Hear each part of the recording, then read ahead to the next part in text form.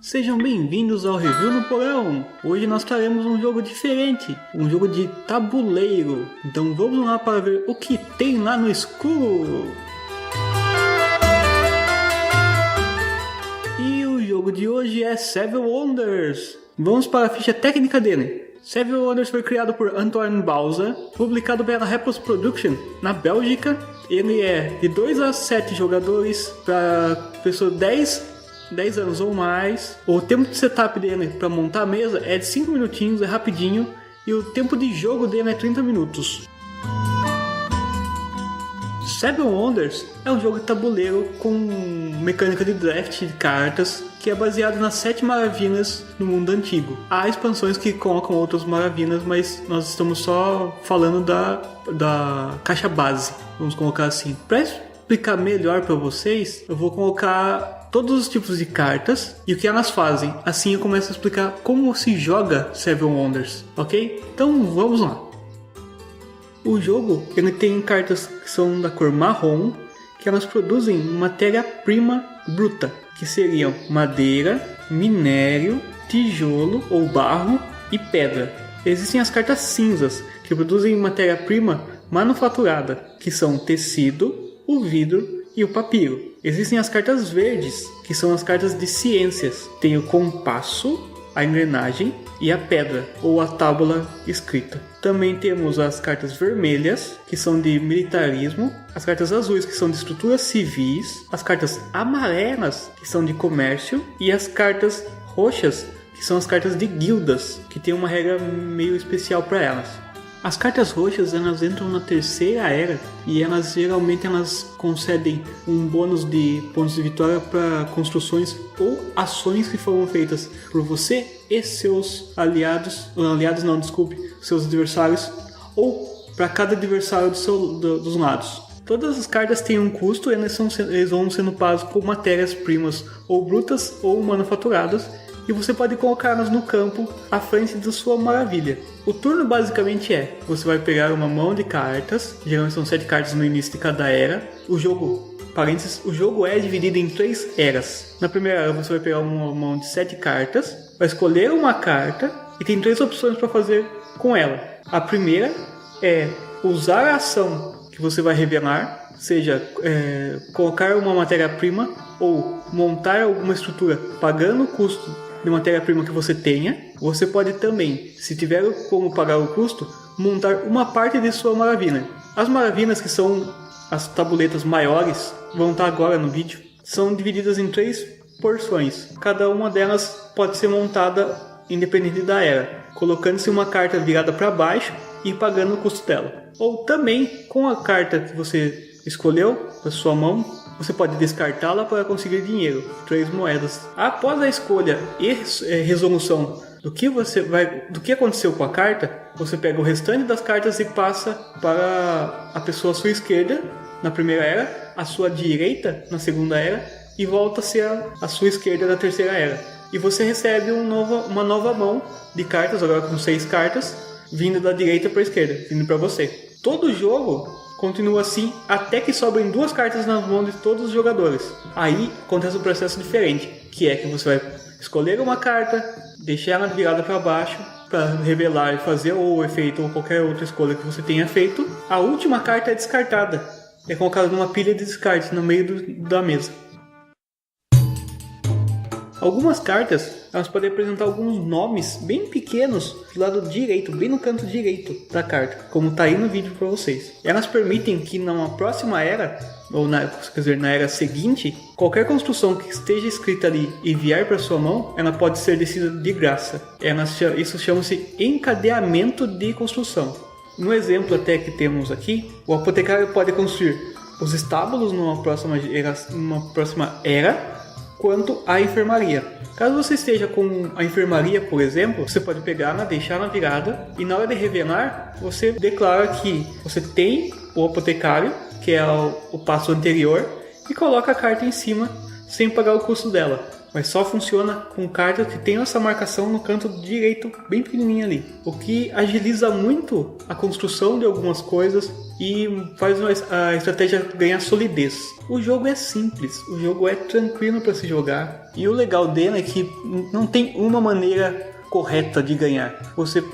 O vencedor é definido por pontos de vitória, mas para chegar em muitos pontos de vitória, às vezes um caminho só não é tão garantido assim. O seu vizinho, de um lado ou do outro, pode arranjar uma estratégia que quebre sua estratégia e ainda ganhe de você. Isso é bem interessante, faz cada jogo ser tecnicamente único. E as mãos que vêm também são diferentes, então você às vezes não vem com a mão que você queria vir, com cartas que você queria começar a jogar e que combem com a sua maravilha. Porque vendo as maravilhas que você tem disponíveis, as 7 maravilhas que vem na caixa base, cada uma tem uma linha de pensamento e estratégia. Algumas são voltadas para militarismo, algumas são voltadas para comércio, algumas são voltadas para fazer os blocos de ciências. O legal é sempre você olhar para os seus adversários e tentar ler a estratégia deles e achar um meio de fazer a sua estratégia sobrepor a deles e meio que cortar o caminho dos adversários. Mas tudo isso sem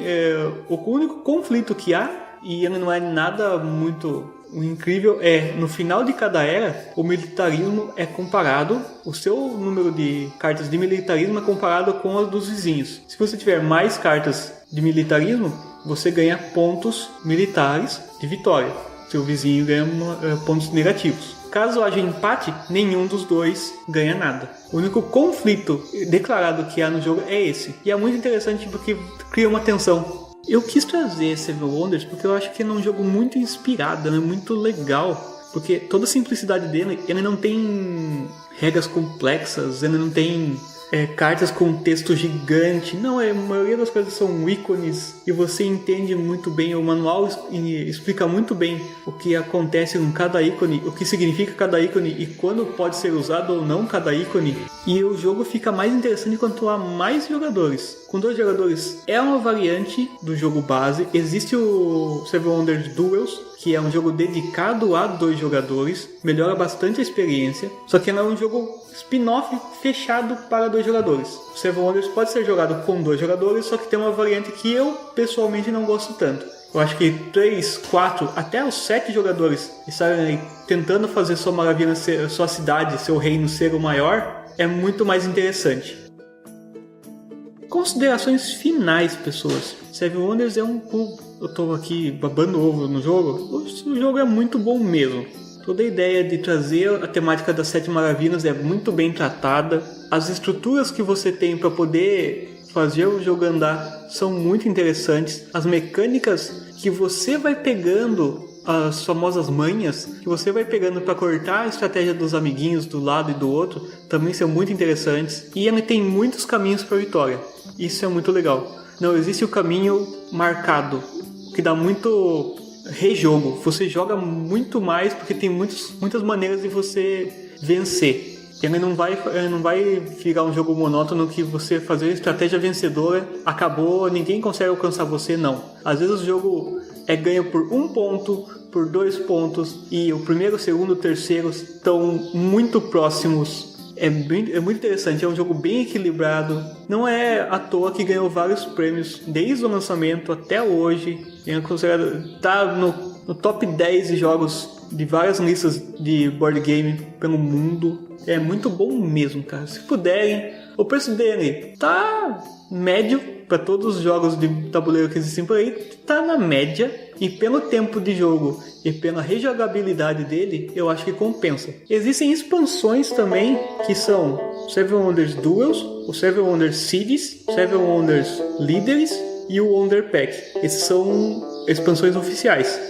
Também tem expansões feitas por fãs, que são o Empires, o Lost Wonders, o More Wonders, Sailors e Ruins. São muito interessantes e elas adicionam outras características ao jogo base. Alguns deles pedem que sejam jogados com algumas expansões oficiais, mas são bem interessantes. Elas adicionam mais complexidade sem ser tão complexo. É uma maneira bem estranha de explicar, mas é bem legal. Eu corri atrás de alguns e eu achei bem interessante. Uma coisa também que pode ajudar bastante é um aplicativo que é o Seven Wonders Companion, que ajuda a fazer a contagem de pontos de vitória no final do jogo. Ele também ajuda a montar o setup do jogo com uma lista ponto a ponto do que deve ser feito, de quais cartas vão no baralho das eras e quais não vão. É muito interessante e funcional. Procurem aí, eu creio que tenha para Android, para Windows Phone e para iOS. Então, por favor, procurem aí Seven Wonders Companion. Ele ajuda muito. Então é isso. Muito obrigado a você que está aqui ouvindo no podcast. Ou muito obrigado a você que está vendo o nosso vídeo no YouTube. Dá uma olhada nos nossos outros conteúdos, os links para as redes sociais e o site do blog estão aqui. O link para o YouTube está aqui. Dá uma olhada lá também. Então é isso. Muito obrigado. Abraços maravilhosos para vocês e bye!